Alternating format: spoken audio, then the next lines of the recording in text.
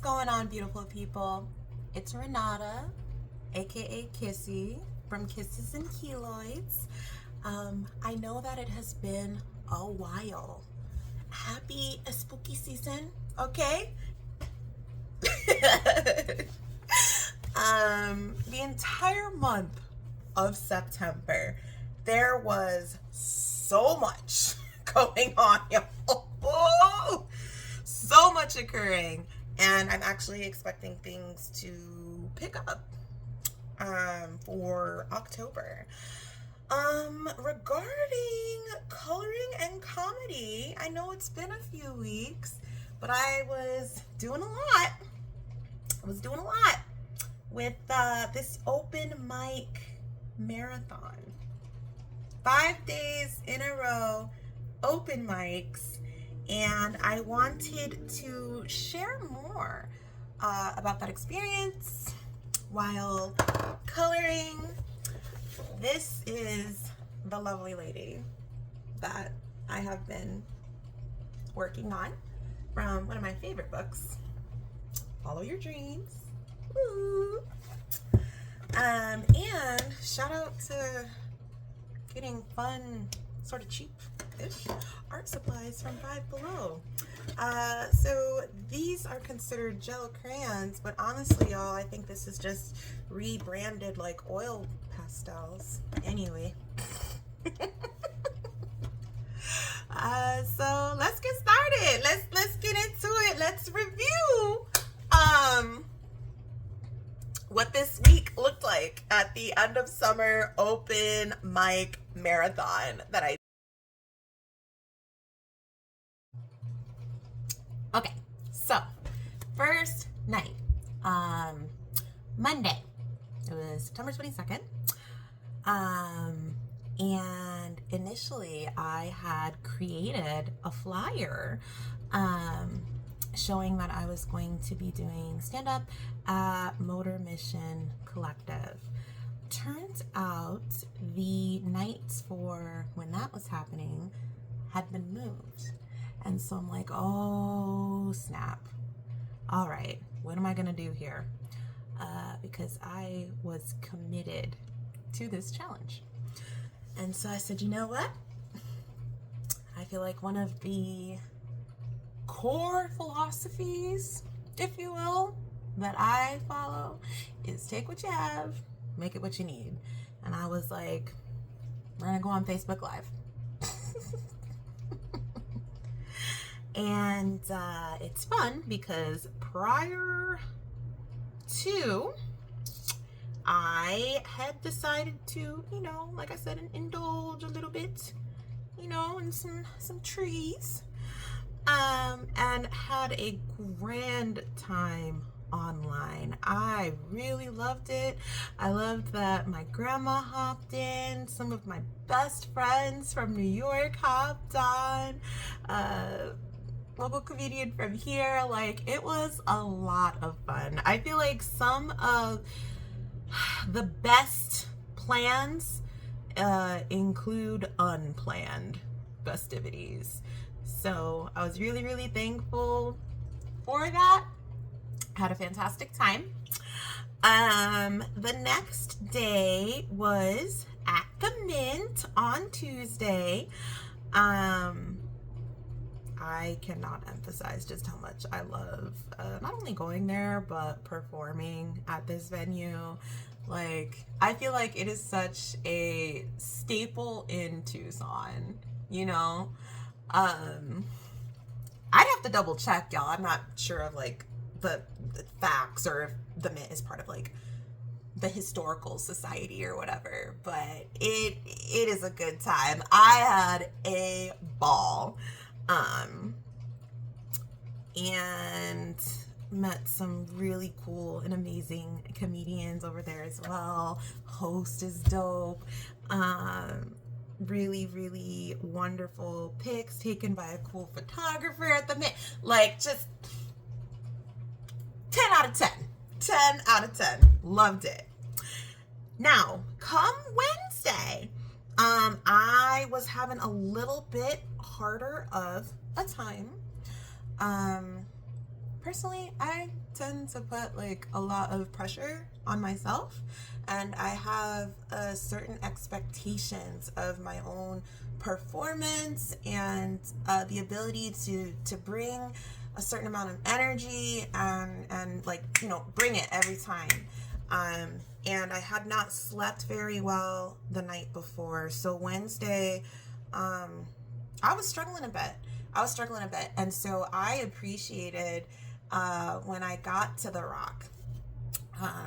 It was, you know, smaller crowd, a lot more intimate. I felt like everybody did a fantastic job. I really, really liked it at the Rock. It was a good time. And then Thursday,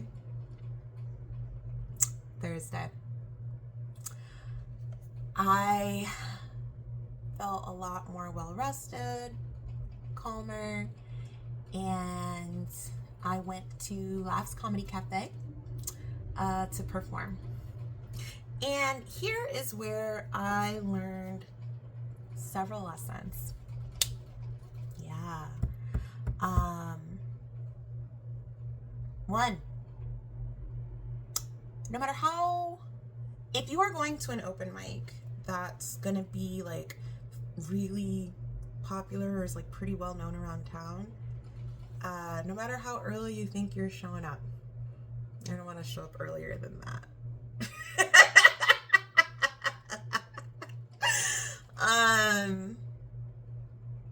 Make sure, lesson number 2, make sure that you know where you are listed or positioned on the sign up list. I made the mistake of thinking I knew, like, you know, which number I was at. I don't know if this would help any other comedians, but like moving forward, if I was to perform at a venue where I know that like the list is long, I would take a picture, like once the list is like about to close maybe, and I could like kind of keep track of who is going when so that you can be ready to hop up on that stage.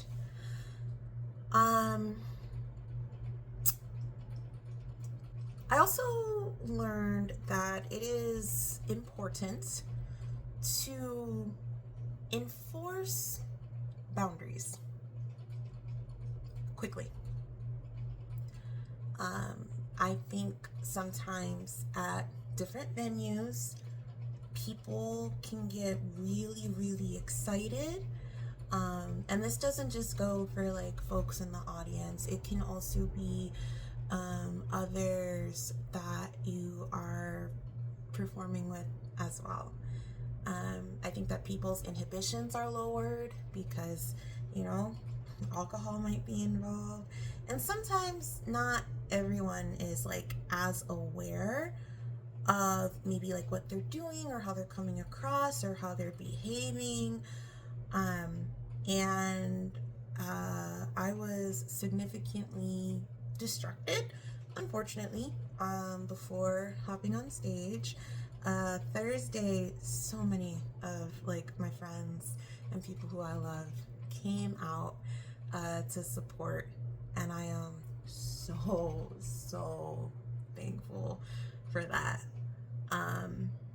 But I felt bad because I felt like I was not able to properly give my all at that point when I was called up on stage.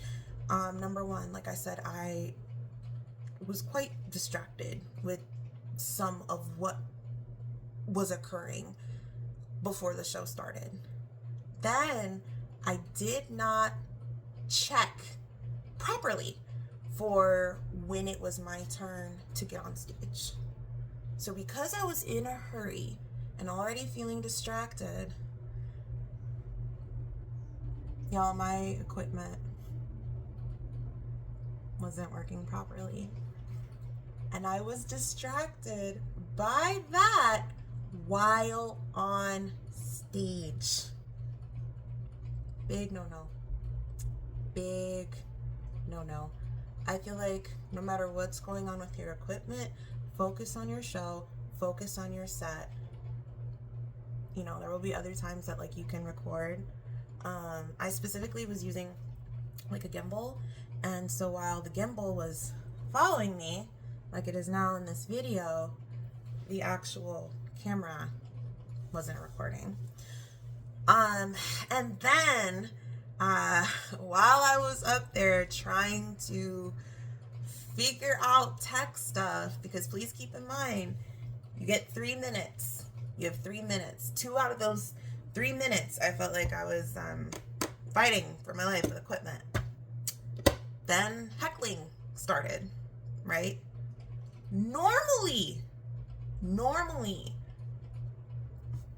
I got it. Normally, I can handle it. But that night, there was too much going on. And in that moment, I felt more distracted, more overwhelmed while I was trying to handle what was going on. After feeling pretty crappy about like how I had performed, it was dizzying to hop off stage and then try to go, you know, greet my friends, thank them for coming out. They had waited a long time to see me perform. And then, you know, immediately getting like bombarded by folks who want to talk to you about your set, you know, and that's been a bit difficult to like figure out how to navigate, which is why, well, I'll explain that part later. Let's move on to Friday. Friday, Mission Motor Collective. Y'all, so fun. I mean, the venue, the host, the other comedians, the audience, the drinks, the snacks. Y'all, ample parking, easy access. Like, I had a ball. I had fun at Mission Motor Collective, and I am looking forward to being able to continue performing there. Just great time overall. Amazing vibes. So it was a challenge, this marathon, and I'm proud of myself for sticking to it and getting through it. It did like take a lot out of me. I think self-care is really important when you're an entertainer. And like I said, with still figuring out the best way to safely interact with folks, especially once they're all hyped up and like alcohol is involved. I am going to continue to look into online spaces. That was fun. I feel that it is the quickest and easiest way to deal with inappropriate heckling. You know, you can just hit the block button, you know. And so I am going to continue by looking into live streaming on all major platforms, so like Facebook, Instagram, TikTok,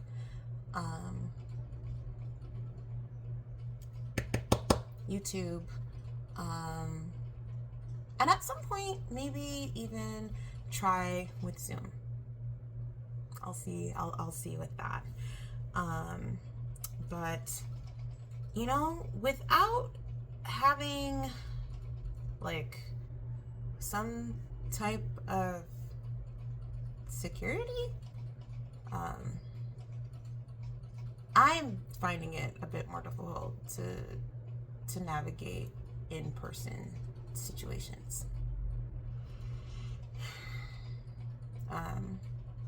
And it's crazy. I never ever thought that I would be saying something like that, you know, like, security. You know, but after Thursday, for my well-being, I will be doing stuff online, and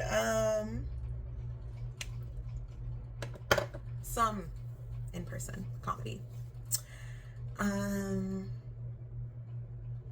Yeah, so that is my experience with this challenge, and I'm looking forward with what's to come. I'm really looking forward to it. Anyway, happy new month, y'all. Happy October.